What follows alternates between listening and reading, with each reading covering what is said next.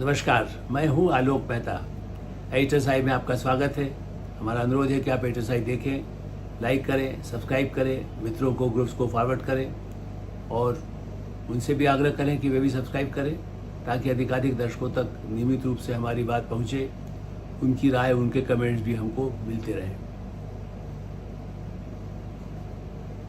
भारत में शिक्षा में संपूर्ण क्रांति, अब ये एक सपना ही कह सकते हैं, क्योंकि कितनी बार शिक्षा के आयोग बने और इस बार संसद से सड़क तक ये जो मुद्दा बना है, जिसकी वजह से लगा है कि पहली बार हो रहा है, जबकि मेरा ऐसा मानना है छात्र जीवन से लेकर अब तक देश भर में छात्रों के बड़े आंदोलन हुए हैं। शिक्षा व्यवस्था को लेकर के, नकल को रोकने को लेकर के, पेपर लीक हो को लेकर के। ये ठीक है कि इस बार भारतीय जनता पार्टी सरकार में है और छात्रों की संख्या बढ़ती गई है। प्रतियोगी परीक्षाओं में जो खास करके लीक वाली समस्या आई है, उसकी वजह से प्रतिपक्ष ने 3 दिन संसद को कह सकते हैं कि बिल्कुल रोके रखा, चलने नहीं दिया। अब उम्मीद की मैंने जो आशा की किरण बनी है कि कल से संसद की कार्रवाई होने लगेगी। कुछ चर्चा बहस के लिए अपोजिशन का एक बड़ा वर्ग अब इसके लिए तैयार है। कांग्रेस पार्टी अपना विरोध भी व्यक्त कर रही है, लेकिन अब थोड़ा सा उसे लगा है कि जितना एजेंडा उसको हाथ में लेना था ले चुके। राहुल गांधी ने काकरोच पार्टी हो या आम आदमी पार्टी हो, उसके हाथ में न चला जाए, ये सब मेरा ही शिक्षा नीति मैं ही बदलवा रहा हूँ, मैं ही छात्रों की समस्याएं बढ़ा रहा हूँ, इसके लिए पूरा जितना तमाशा कर सकते थे, तमाशा है बल्कि अराजकता भी पैदा करने की कोशिश करते थे। क्योंकि देश में पहली बार, मैं पत्रकारिता में हूँ और 71 से प्रधानमंत्री इंदिरा गांधी के समय से देखता रहा हूँ, नेहरू के समय में भी कभी नहीं हुआ। प्रतिपक्ष के कई आंदोलन मैंने देखे, बड़े विरोध प्रदर्शन हुए हैं, संसद के अंदर भी हुए हैं, सांसदों को अंदर से उठा करके बाहर फेंकने वाली घटनाएं भी मैंने देखी है। खुद उनके सुरक्षा कर्मी उनको उठा करके दी, वो बैठ गए और हिलने लगे सदन के सभापति के सामने, तब उनको उठा करके भी बाहर निकाला गया है। लेकिन ये दृश्य कभी नहीं हुआ कि प्रधानमंत्री निवास जहाँ सुरक्षा होती है, जैसे 10 डाउनिंग स्ट्रीट या व्हाइट हाउस होता है विदेशों में, ब्रिटेन और अमेरिका में, प्रधानमंत्री या राष्ट्रपति का, उसके दरवाजे पर जाकर को कोई बैठ जाए और काफ़ी बड़ी भीड़ ले ले और दुनिया भर को बुलाए और कहे कि आप आ जाइए, और फिर लेट जाए और कहे कि नहीं, तो ये जो अशोभनीय, इसको असंसदीय में मानता हूँ। संसद में अंदर जो करना नहीं, बाहर भी यदि संसद में प्रतिपक्ष का नेता ये करता है तो कल से कोई और छात्र इसी तरह से गुपचुप जा करके खड़े हो जाएंगे, तब क्या करेंगे? वो कहेंगे जब यदि राहुल गांधी को अधिकार है तो दूर दराज छत्तीसगढ़, गोवा, तमिलनाडु, केरल, मध्य प्रदेश, राजस्थान, उनके छात्रों को वो हक कैसे नहीं होगा? उनको उठा करके फेंका जाएगा, लेकिन कल से वो भी 50 लोग लेकर के बैठ जाएंगे। ये जो एक संकेत दिया गया है, इस पर विचार करना, इस पर कानूनी संवैधानिक रूप से क्या होगा, क्या सरकार भी उतना अधिक कठोर कदम तो नहीं उठाएगी, ऐसा लगता है। ठीक है, देश भर में आज देश के कई हिस्सों में भारतीय जनता पार्टी ने राहुल गांधी के इस रवैये के खिलाफ, चूंकि प्रधानमंत्री की सुरक्षा और खुद राहुल गांधी की सुरक्षा, राहुल, प्रियंका और उनकी पार्टी के बड़े नेता वहाँ मौजूद थे, केरल के चीफ मिनिस्टर भी वहाँ मौजूद थे, हरियाणा के कई प्रमुख नेता थे। ऐसी दिशा में यदि वहाँ पर कोई ऐसी जो अवांछनीय, मैंने कह सकते हैं कि असामाजिक तत्व हो या आपराधिक तत्व हो, विदेशी तत्व हो, जो आतंकवादियों से जुड़े हुए कोई लोग, भारत में आज भी जांच चलती रहती है, लेकिन कब कौन कहाँ घुस जाएगा किस समय नहीं पता होता। उस समय कोई अप्रिय घटना होती तो कितना ही शर्मनाक हमारे लोकतंत्र के लिए, पूरी संपूर्ण व्यवस्था के लिए होता। तो शिक्षा में सुधार, लीक को रोकने के लिए प्रधानमंत्री नरेंद्र मोदी ने संकल्प व्यक्त किया है, एक बैठक में बाकायदा कहा, उसको बताया। आज भी बार बार कहा गया कि सरकार सुनिश्चित करेगी। राजनाथ सिंह रक्षा मंत्री भी हैं, वरिष्ठ नेता हैं भारतीय जनता पार्टी के, उन्होंने भी पूरा वायदा किया है, घोषणा की है। और अखिलेश यादव भी, उनकी पत्नी कल डिम्पल यादव सांसद के नाते, धर्मेंद्र यादव, ऐसे लोग बाकायदा मार्च में भी शामिल हुए छात्रों के लिए।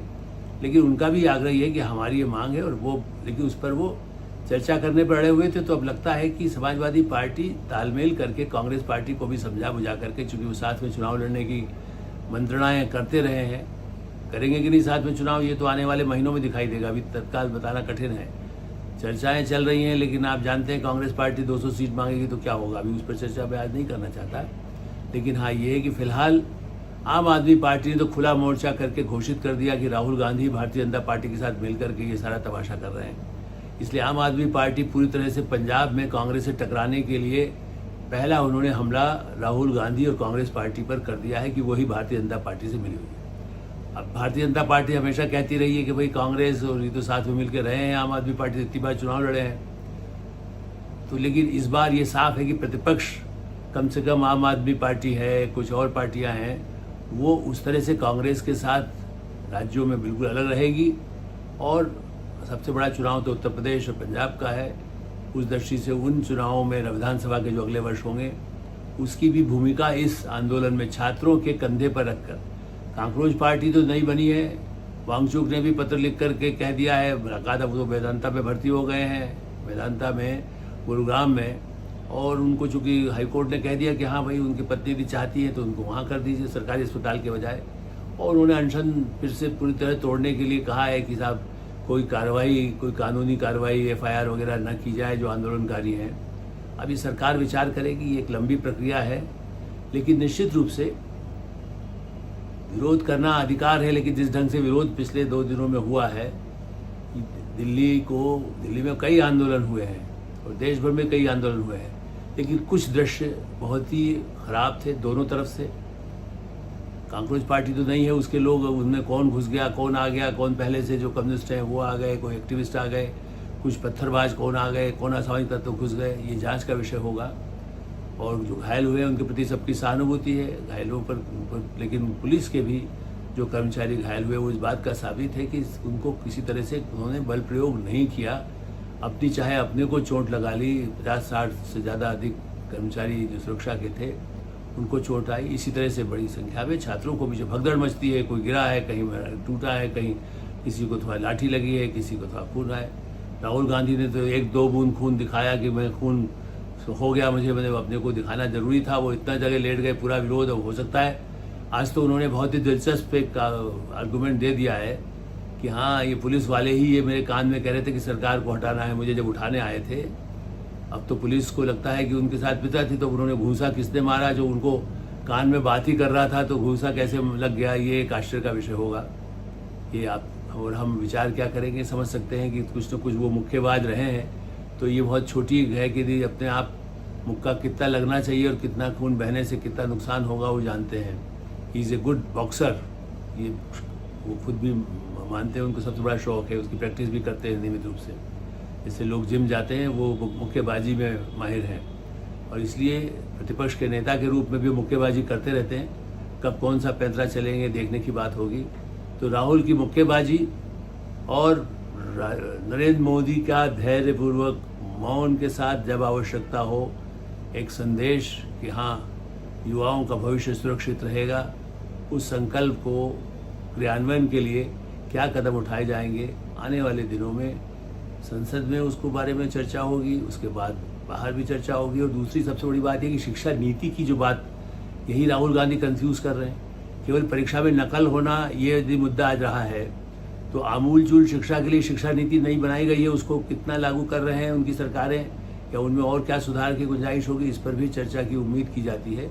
और आने वाले समय में लेकिन टकराव, अभी इसके बाद मंदिर पर टकराव, मंदिर में जो चोरी, चढ़ावा चोरी हुआ है उसको लेकर के भी टकराव संसद में होगा।